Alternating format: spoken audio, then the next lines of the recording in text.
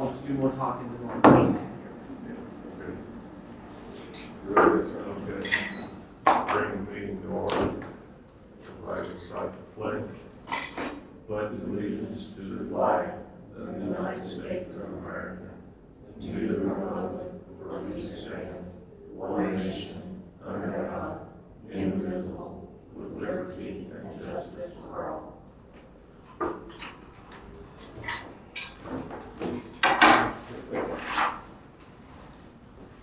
Get started. First of all,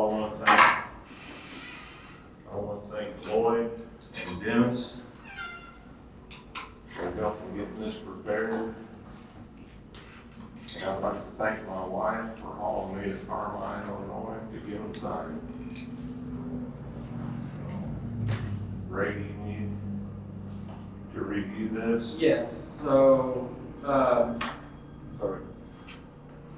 So we want to make a clear record on all of this, but also kind of, I think, establish sort of why we're doing it and what we're doing, because I think there was some confusion, perhaps as to how all of this occurred. So in this stack, in order, we're going to have 3 change orders and 3 correlating approvals of those change orders.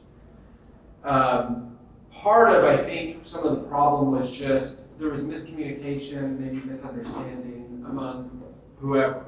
And, but I do want to state that the benefit of this being raised is that we can then address this now and not later, because I think that would only lead to more concern or problems. What I did understand from the beginning, and it appears to be true through this today, is that there's always been a consensus that there has been a want and desire to build a police station. The additional work has come up, there's been approval of that work, and we want the same contractor to do that work. All we're doing today is formalizing all of that for a couple of reasons. One, the formality will help with a potential audit, but 2, we also need to formalize why we're expending more than 20% of the funds that of the original contract price. So I worked with Stacy and the State Board of Accounts to, as best we can, determine what happens if we have these unforeseen circumstances in a project that then require change orders which exceed the original contract price by 20%. That 20% threshold will be about $58,000, and we're beyond that. Again, I haven't heard of anybody from the town having an issue with the expense and the addition beyond the 20%. It's just more because we've gone to over 20%, what should we do, what could we do to ensure that we're in as much compliance as we can? And the answer to that in the State Board of Accounts, not that they can give you a firm answer, but that they can give you some guidance, was that let's verify that these changes were necessary, unforeseen, and appropriate. And so that's why we're doing it this way. So we have 3 change orders and 3 approvals, and we're just going to go over them in order. Okay?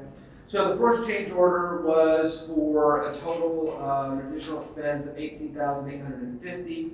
That was primarily based upon 2 additions: concrete removal and a removal of rock material on apron area.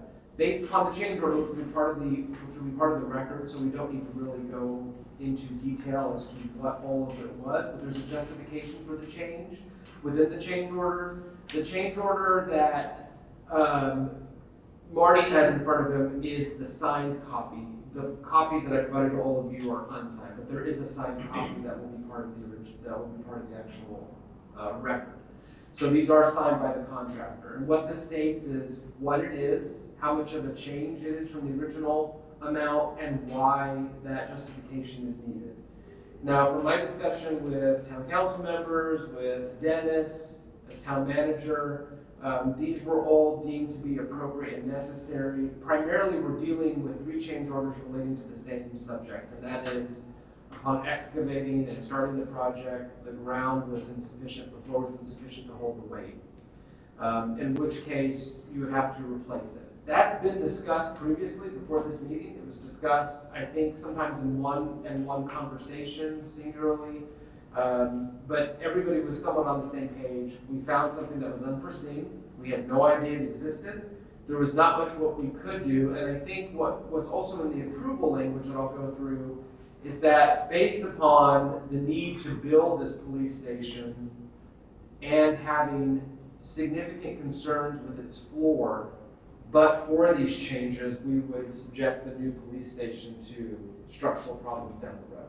So why expend $147,000 of the town's money if it was all going to have to be redone in a couple of years? So for those reasons, my understanding is that you guys all approved it. And so this is the formal way of doing that. So your second document is the approval of change order number 1. That just simply states that whereas the contractor, Quality Craftsman Construction, submitted a written request for a change order to modify the scope of the original contract, and upon the start of the project, it was discovered that the existing floor did not provide adequate support, would have serious implications for the existing structure and its intended future use. The scope of the change order is substantial, necessary, and unforeseen. Whereas the change order is required for the structural support and longevity of the town's police station, and the discovery of the existing floor's faults could not have been discovered without the initial construction, the town council concluded that this change order was necessary. I'm using that term "was" because this was something that was discussed in several forums prior to today. So we're just formalizing this. Whereas the town council convened a special meeting this day to formalize prior discussions and to approve an approval to proceed with the project to avoid further delay and additional costs. The proposed change order was reviewed by town manager and town council and found to be consistent with the original bid pricing within the original scope of the project. Those are important because when you deal with the change order, if there are pricing guides that were in the original contract, you don't want those to have changed with the change order unless needed. Those didn't really exist here, but that's why that language is in there. That is all to say that the change order came in a form and in accordance with the original contract bid. So the contractor is treating those costs and materials and labor similarly to how he did with his bid. So we don't see changes there. All to say there was like a 10% premium we paid the original bid, and now we're paying 30% premium. We're paying the same amount. It's just additional work. So change order for approval 1 results in a revised contract value of $164,533.79. I will leave that to town council now to open that up for discussion and for approval by vote. I'll make a motion to approve it. I don't think there's any discussion. I'll second. Yes. We have a motion and a second. All in favor? Aye.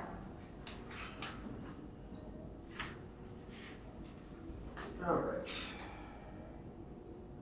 Change order 2 is additional work relating to the installation of gutter and downspouts, rock, French drain because of the discovered drainage issues, also the large heavy equipment that would be used to do the work that related to change order number 1. So again, this all sort of relates to the same issue. So approval of change order 2 is going to state that previously there was a discussion and an approval to do change order number 1. During the work performed, it was discovered that the entire floor had to be removed, which required further additional labor and supplies, such as heavy equipment and concrete. Change order is required for the structural support and longevity. Again, this is similar because it's all built into the same problem: substantial, necessary, and unforeseen. Using that language because we acknowledge that this is a sizable expense. And again, we're exceeding that 20% threshold. So if State Board of Accounts or anybody wanted to look as to why we did it this way and why the contract ended up being so much higher than its original amount, it's because it required it, and all of that was unforeseen. So similarly, approval of change order number 2 is like change order number 1. The work was required, it was necessary, it was not known at the time of the original contract bid, and change order number 2 approves the new revised total contract value at $205,557.30. I will let you guys now move forward. Motion to approve. Number 2. Change order number 2. I didn't hear what you said. Motion to approve. Second. A motion and a second. All in favor? Aye. All right, change order number 3, which is the most recent one, and this will then approve the total amount of the latest invoice we received. Again, emanating from the initial change orders. The only thing different here was that the fire department discovered that we needed to make some changes to the garage door. I remember that. Does that sound right, Dennis? No, entrance doors. Entrance doors, I'm sorry. So there was some work about that. So approval of change order number 3 includes some additional language that during the work performed in change orders 1 and 2 required additional work, being this: it is substantial, it is necessary, and it was unforeseen. And in order to provide the appropriate structural support, longevity, and compliance of the town police station, and that compliance is really in relation to the fire department, what was needed there. This stuff was also required, and therefore approval of change order 3 results in a revised total contract value of $228,276.38. That is now up for approval. Motion to approve. Second. We have a motion and a second. All in favor? Aye. So I will collect signatures from all of you on the approvals, and then Stacy will also take the signed change orders, and that'll be sort of the packet, and then that's approved at this stage.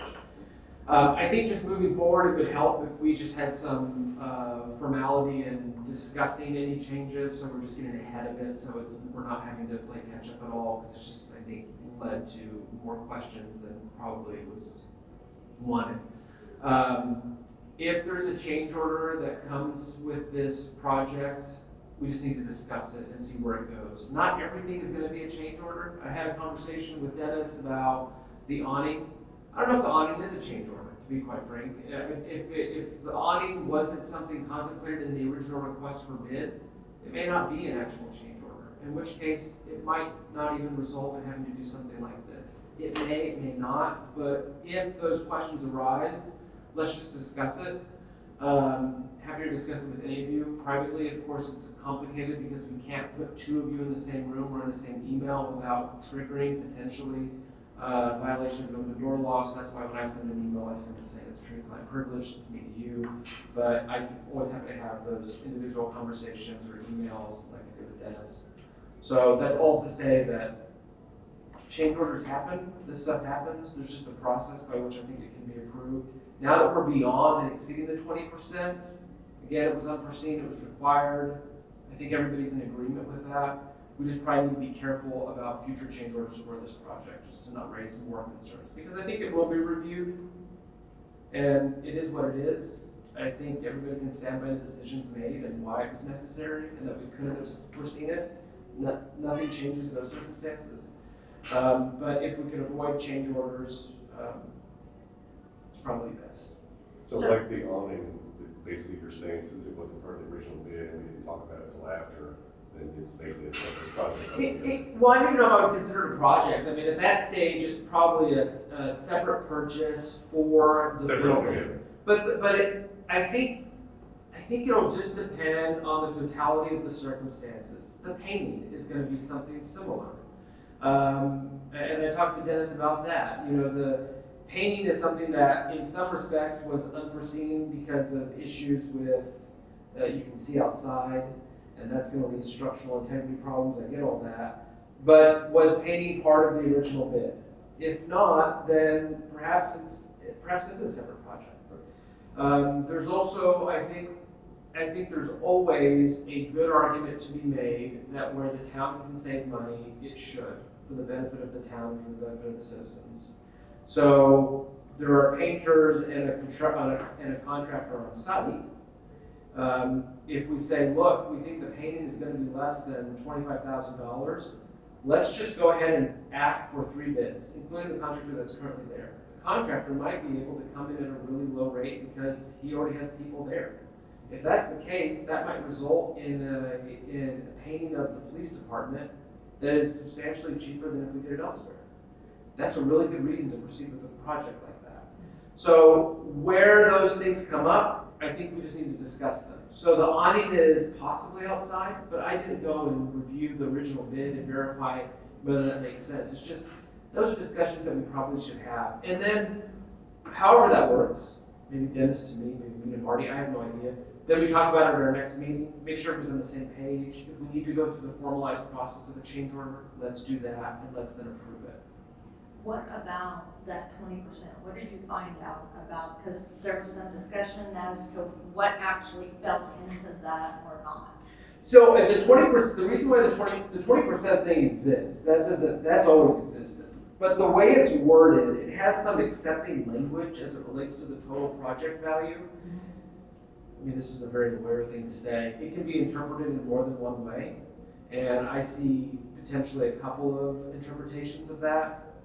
My main concern is how does the State Board of Accounts interpret that 20% threshold question? And that's where we, being Stacy, asked for the State Board of Accounts to provide some insight into that. And it was not, we're not trying to hide the ball here. This is what's happened. Here's how much we expended and originally bid for this contract. We found some significant issues of which we had no ability to see before. And the total contract price is now beyond an additional 20% of what was done. What do? Well, in the response is, and they can't give legal advice because they can't say what would happen in the future, formalize and verify that something in writing, that those things were unforeseen. So if it is an issue and it's reviewed later on, there's a record to come back and say, okay, I understand why this was done. We're beyond the 20%, there's no question there. We're beyond the $58,000 figure. If, in a perfect world, before construction began, we found these issues, and we know it's going to be beyond 20%, and we don't have an issue with timing, and everything kind of falls into place, arguably, you would have to rebid the entire project before you continue. You'd have to say, okay, now we're looking at potentially a $200,000 project. That matters because you're beyond 150. I just don't think in a situation like this, it was really possible, particularly when you have work started. How do you do that? I guess that's not really, that part I understand. It was what actually fits into the 20% that's not the unforeseen. I guess that was my question. Anything that is a change order goes into the 20% threshold. If you're going to be beyond the 20% threshold, you've got to be prepared to answer questions and have a good reason for it. So that's really what today was for. So it's any change order.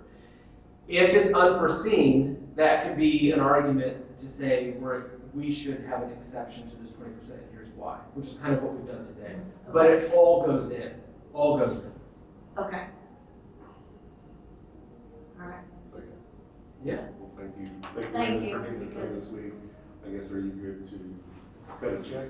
I can, but just a reminder, I am unavailable Tuesday through Thursday next week, so if any invoices come in, they can be paid Monday or Friday. And I will get today's check ready. All right. Well, we received, I guess you could call it an estimate or an invoice from Sutton Canvas, which a friend of mine, he's retired. So he, like I stated the other day, he gave us a price of $4,200, which is warehouse distributor cost, which is half price of retail if he was actually still in business and getting paid to do the job.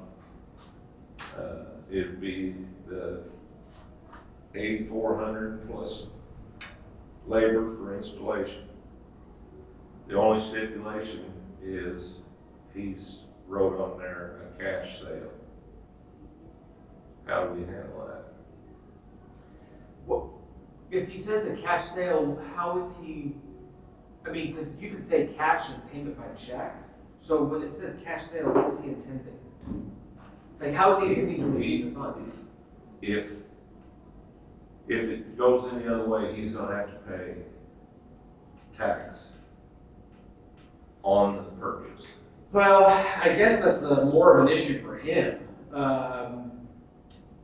If he is, my understanding that he doesn't want a check, he wants cash for the payment. Well, I'm not. If we give him a check, but then however it works, if he's gonna be expected to pay taxes on a check or whatever, then the price is gonna change. He's retired. Yeah, I think we'd have to leave that to him. What we would need is some sort of bill, invoice, in order to provide payment. Now, I don't think we I've got would, the invoices out in the. okay. So I don't think there needs to require any formality. Quite frankly, we get an invoice on a napkin if we needed to. I think the only issue would be our payment ability. We can't pay for cash, can we? And so I think we can only cut a check properly.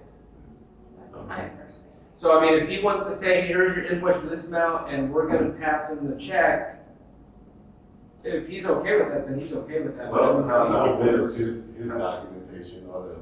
How about Jason taking care of it, and however he works out paying, because he's gonna have to pay tax on whatever, on this job.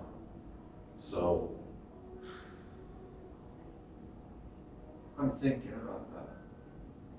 If you funnel it through the contractor, I think you probably are then doing more of a change order. Was Jason Quality Construction, were they always planning on installing the awning regardless? well, I mean, it's something that the three of us discussed and decided that with that being a public space and nothing protecting you from the entrance as far as weather, that it'd just be a good idea to put an awning across the front, not to mention, So, but Sutton wasn't planning to install, he was just selling us the part. It wasn't in the contract. no. Well, I was just asking who's installing it, yeah. So, and the reason why I asked that is I'm trying to think whether or not it's more of a change order than anything. If the contractor who's building the project or is completing the project was then installing an awning, I would say it's probably more of the project.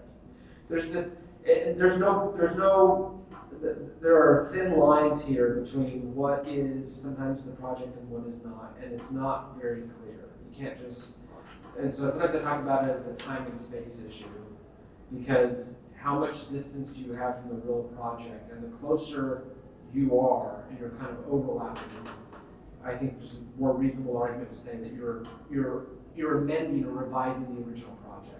So, as an example, we're doing an awning.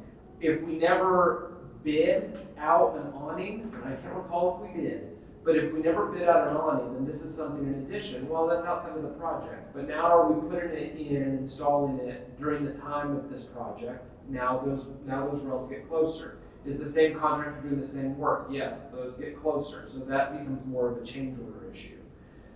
Going back into the initial question of how we pay that, if the contractor, if QC, Quality Craftsman Construction, if they come out and say, we'll install it and here's the price, then we should treat that as a change order. They Well, send us an the person invoice. doing the installing is gonna be Ron Sutton. And he's doing it just to help the town. He's not getting paid. But he's gonna need assistance from, of course, Dennis said he would assist, Lloyd said he would assist, whether Jason, I mean, he's made preparations for it with the purlins and everything on the front of the building and the anchors and everything. So is the question then, do we need a change order, or is the question? I just who do wanna we pay? know how we can pay Sutton Canvas or Ron Sutton, the way he's requested. You know, I mean, he's retired, he's able to provide some sort of discount. I don't think it's a problem if he says, look, I'm gonna install this thing and here's my invoice, and then we cut a check to him. If he says I can't take a check, then I don't know how we necessarily pay him. If then it's funneled through Quality Craftsman, I think we go the change order route. I'm talking that out loud. I mean, it's Yeah, kind and of- I wonder if him putting no, would you say no, not a cash sale or cash He only? just, he just said cash sale. Cash sale. Which, If that documentation on his end would cover, because I know he's working with the taxes, if that would be big enough documentation on his side. I mean, you know, It's really We a can write question it for, to it's Ron really a Sutton, question for right? him. yeah, so it'd be basically cash straight to him, not through a business or Right. something. Right. That is what I'm thinking. I don't have an issue with it saying cash sale. Yeah. I think we need an invoice and say, here's the goods or services that we're Hey, offering, Lloyd. here's the amount and you pay it. would you mind going out and getting that in the old place? Okay. I mean, like I said, didn't have a cash sale on there, ought to be, it's on, you know. Possibly. I mean, I think the question or the implication there is something to do with taxes. I mean, one, I ethically can't provide him legal advice, but I wouldn't even know enough of the circumstances to say whether or not what he's trying to achieve and what he can achieve, and if that's appropriate. As the town, I would say, just send me an invoice, I'll cut you a check, you deal with your business stuff how you want to deal with it. Right, there's I no way wouldn't- we can pay after the fact. No. Thanks, Lloyd. I don't think so. I mean, perhaps there is. Stacy, It would be a how many- little, there would have to be a documentation still within our system to say, okay, we are withdrawing X amount in cash and have an actual receipt. I suppose that's possible. Do you ever Well, what do- if I gave him cash money, because I keep money in the safe at home, and the towns can they reimburse me? Huh? I mean, I'm just trying to.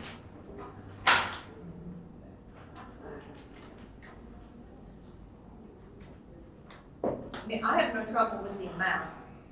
I'm good with that. But I just,